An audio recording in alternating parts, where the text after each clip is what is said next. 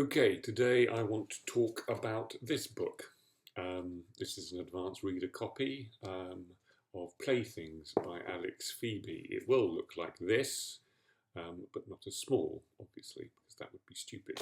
It will look like this, which is the great Bible Black of Gallybeggar Press, who published the wonderful A Girl is a Half-Formed Thing and The Weightless World, which I reviewed last week.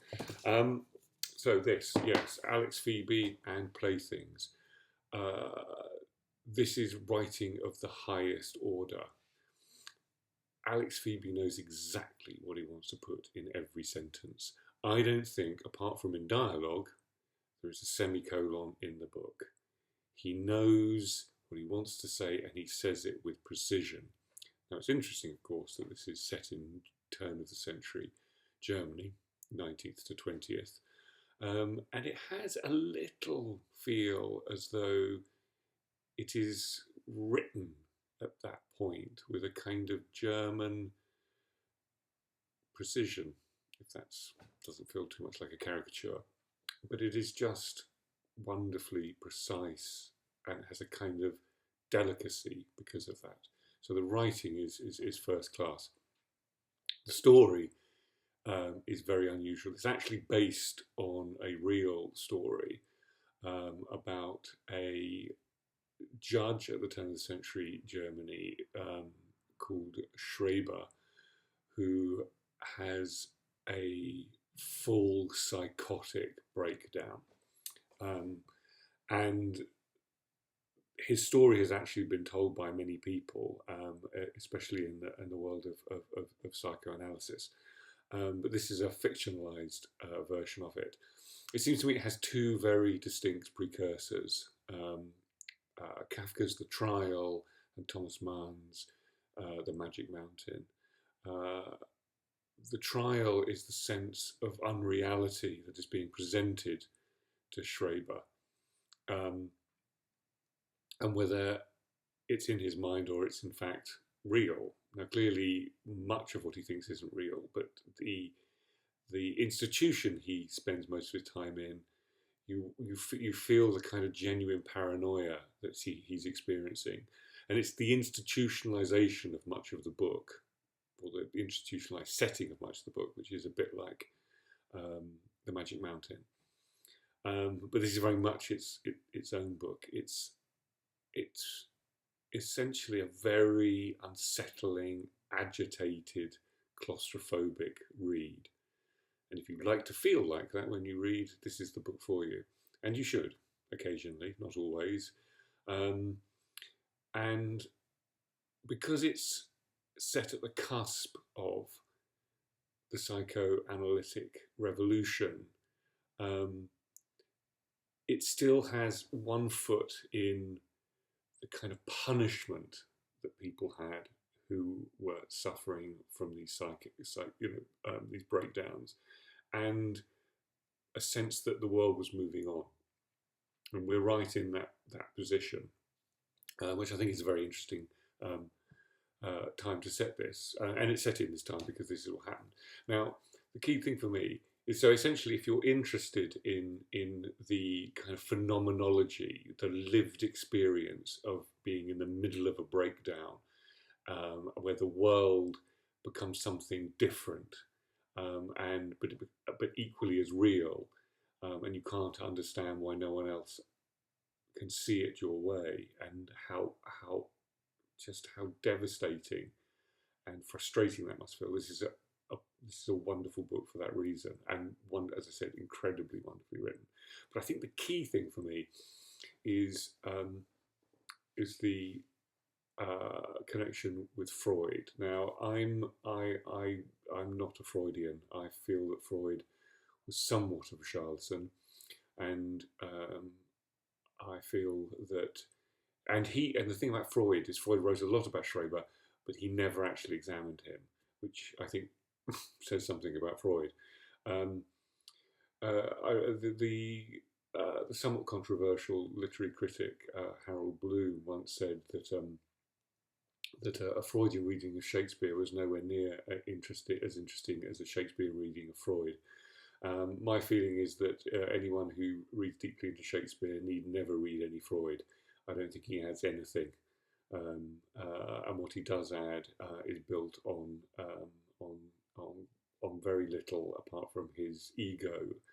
Um, so I know I'm rambling off, but my sense is, and I've only read a little bit of Schreber, of writing about Schreber by other people, but no better experience um, or insight into that condition and his story. There is no better one than the fictionalized version. And I think that's important. I think it's important for fiction um, that fiction can make the claims to get closer to the heart of the matter than all the non-fiction, the science writing, the pseudoscience writing, um, the jostling for power inside, the school of psychoanalysis. This seems to me a very dignified and honest and thoughtful account of um, of what happens to Schreber. Now, I'm not an expert on this, and I'm sure other people disagree, but the reading experience makes one feel so close to what it must feel like to have a deeply extreme psychotic breakdown, ongoing and probably incurable. In the sense, I think, before I finish, I'd say, 120 years ago, we didn't know very much about the brain. Now, I'm not a materialist when it comes to the brain. I am a mind and brain dualist. But on the other hand, we know so much more. Neuroscience has unlocked the brain. It does feel as though that, to a certain degree, that Schreber's condition is organic rather than purely in his mind, as it were. That it is as much a disease of the brain, because essentially the experience is one of essentially feeling the entire world has turned into a sort of set of puppets, a stage, a theatre. It's called Playthings. It's almost like no one is real, and it is elements of this can happen if someone has a brain injury. That can happen, and it does feel as though all of the psychoanalytic writing about this may have been for no reason at all, because he may have fallen over, hit his head, and the psychic episode is simply down to an organic injury. Now, I'm not saying whether it is or it isn't, but the fiction version doesn't care about that. The fiction version cares about the experience of what it must feel like it.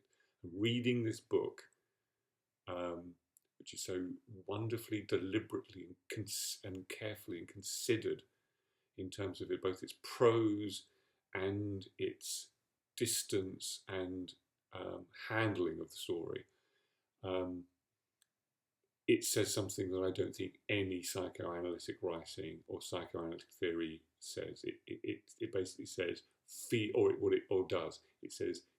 what it says is this must be what it feels like, and that's what fiction does, and nothing else but fiction, because it allows to get into the head, can do this. And therefore, if you're interested in this,